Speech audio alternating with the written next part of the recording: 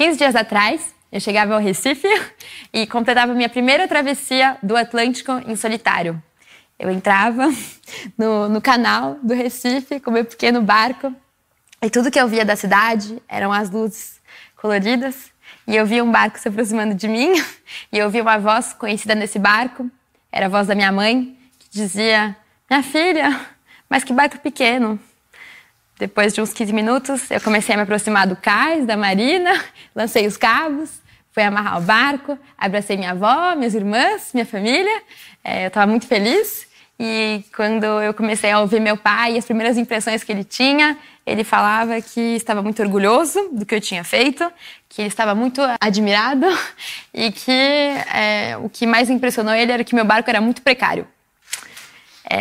Eu, depois de alguns dias, continuaria a ouvir de pessoas muito diferentes que eu era uma pessoa muito corajosa e o que para mim era muito impressionante porque eu admito que eu em nenhum momento senti coragem. Eu não senti coragem quando eu tinha comprado meu barco 1 ano atrás, na Noruega. Era um barco antigo, durante um mês eu prepararia ele da maneira como eu podia, com conhecimentos que me faltavam, com a ajuda de um amigo que eu tinha acabado de conhecer. Eu não senti coragem quando eu mantive o plano da viagem em segredo, até dos meus próprios pais, da minha própria família, porque naquela hora eu não era capaz de ouvir alguém que me desaconselhasse, alguém que me desencorajasse.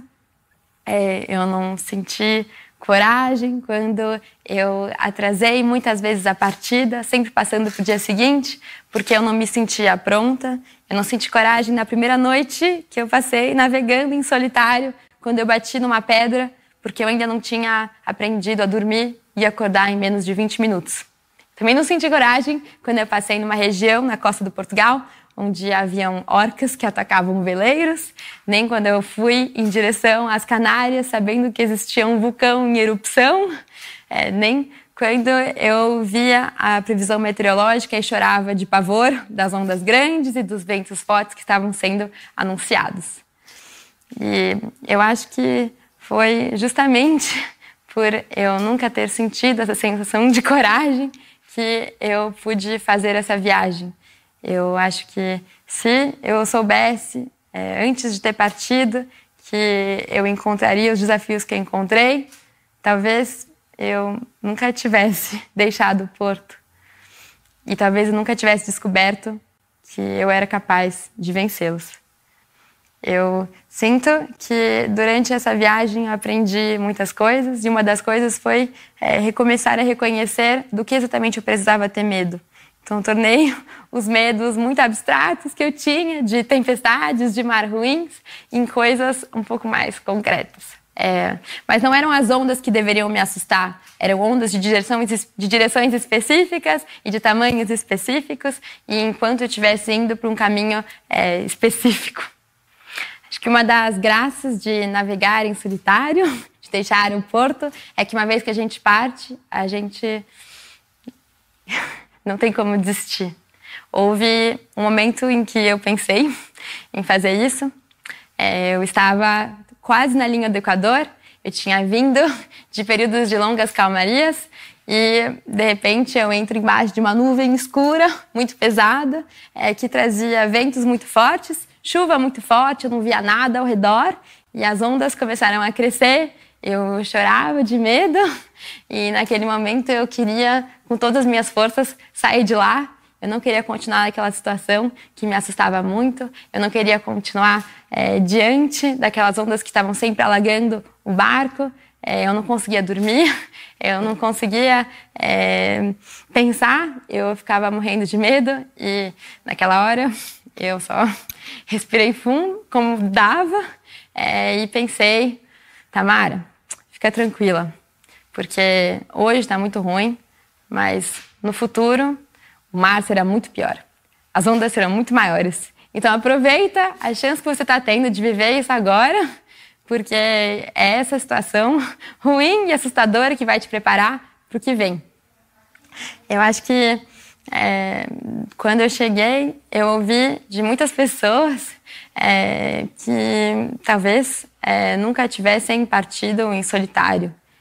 As pessoas me perguntavam: mas por que, Tamara, sozinha? E Eu sinto que a ideia de partir sozinha veio primeiro das experiências que eu ouvi do meu pai. Quando eu era criança, eu tive a chance e o privilégio de poder ouvir histórias de homens do mar. Meu pai me punha para dormir e falava sobre os animais gigantes que acompanhavam o barco dele nas navegações. Ele falava sobre os pedaços de gelo que flutuavam, que eram maiores do que catedrais. Ele falava sobre os ventos que eram muito fortes, tão fortes que podiam carregar corpos de pessoas. E eu ficava ouvindo o som do vento que entrava pela janela, vendo as ondas que se formavam no lençol e imaginando um dia, talvez, ter a chance de também poder navegar em solitário. Mas existia um pequeno problema, que quando eu ouvia essas histórias e me imaginava sendo um homem do mar, eu pensava, como é que eu posso ser um homem do mar se para começar eu não sou nem homem? Foi graças aos livros que eu li quando eu era um pouco mais velha que eu comecei a encontrar outros modelos e outros exemplos. E não eram muitos, mas haviam alguns exemplos de mulheres que tinham deixado suas casas e os seus cais para poder navegar consigo próprias. E esses modelos abriram para mim os caminhos e tornaram para mim, pelo menos possível, acreditar que dava para navegar. E eu sinto hoje que cada passo, cada gesto de uma mulher abre os caminhos para as que vêm em seguida. Na época que eu estava saindo da Noruega, a minha avó me deu uma sugestão. Ela falou, mas Tamara, por que você não leva 2 idiotas no seu barco? E eu não pensei muito e respondi que se eu podia navegar com 2 idiotas, eu também podia navegar comigo mesma. Eu não sou muito grande, talvez dê para ver pela imagem. Eu não sou muito forte também. Eu não sou a pessoa mais inteligente, ou mais capaz, ou mais experiente que tem. Mas, ao mesmo tempo, o mar ele não se preocuparia com o meu tamanho. Para o mar não importa a minha força. Para o mar não importa a minha experiência. O mar seria impossível para os humanos se nós não tivéssemos inventado objetos para poder cruzá-los. Se nós não tivéssemos inventado barcos para poder navegar sobre as ondas e poder habitar o deslocamento. Então, eu contaria com o meu barco até o fim. Houve momentos em que uma mão a mais fez falta para apertar um parafuso.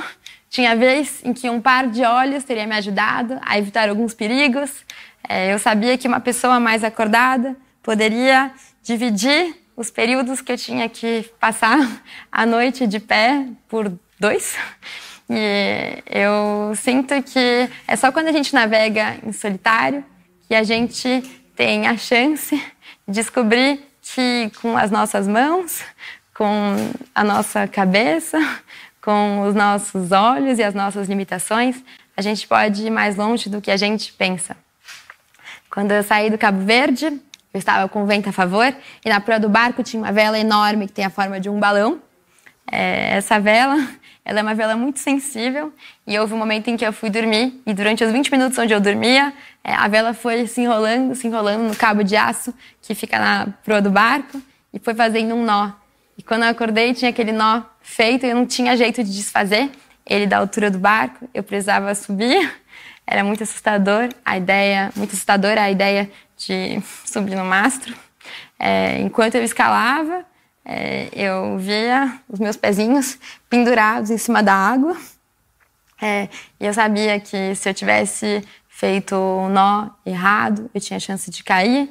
E que se eu caísse do barco, ninguém viraria o barco para me buscar. Quando eu chego na altura do nó, eu começo a desfazer ele.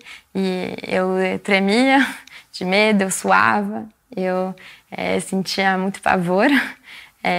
E foi uma hora, eu levei 1 hora para desfazer esse nó e foi um momento, talvez um dos momentos mais assustadores da minha viagem, onde eu percebi que dentro de mim havia muitas versões de uma pessoa só.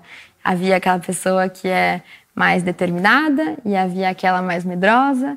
Eu tinha a mais preguiçosa e a mais proativa eu tinha a mais tímida e a mais teimosa. Haviam todas aquelas múltiplas Tamaras dentro de mim que eu precisava gerir naquela hora, para que algumas, em detrimento de outras, tomassem o comando da operação. Eu desfiz o nó e desci com a vela embaixo do braço, solta e inteira. Quando a gente passa muitos dias sem ouvir a voz de ninguém, sem olhar nós mesmos no espelho, sem ver outros rostos ou encontrar outras vidas, a gente vai descobrindo aos pouquinhos o nosso lado mais selvagem. Aquele lado que não se preocupa em passar muitos dias sem tomar banho, aquele lado que não se incomoda em comer com uma panela entre os joelhos e às vezes sem talheres. A gente vai descobrindo que o nosso corpo ele é um instrumento muito mais complexo e muito mais capaz e que ele tem muitas mais maneiras de ser do que aquelas que a gente usa todos os dias. Isso foi uma descoberta importante para mim. E alguns dias depois, quando eu já tinha abraçado os meus pais, a minha avó, a minha família, quando eu já tinha encontrado com outras pessoas e falado sobre a viagem, eu continuaria ouvindo que meu barco era pequeno, que ele era frágil, que ele era lento, mas eu sabia que eram justamente essas limitações do meu barco e as minhas, a minha grande escola. E assim como uma criança que cresce, em algum momento eu precisarei deixá-la. E as lições aprendidas ficarão comigo e são elas que me levarão mais longe e me trarão de volta inteira e em segurança nas travessias que virão. Essa viagem redefiniu a cartografia dos meus medos, da minha coragem, da minha solitude e da minha solidão.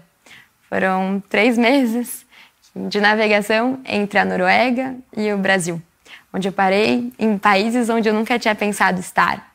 E eu fiz os nomes dos lugares começarem a ganhar cheiro, a ganharem cor, a ganharem endereços e pessoas para quem voltar. Obrigada.